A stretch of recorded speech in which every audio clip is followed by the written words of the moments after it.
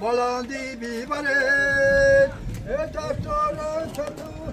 بچه سرخو کبود هر کس کی گذشت بگد این خاکی کی بود این خاکی امان جوان نینو آمده بود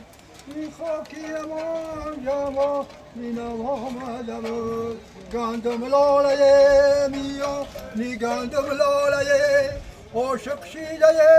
مرد طریق واله طریق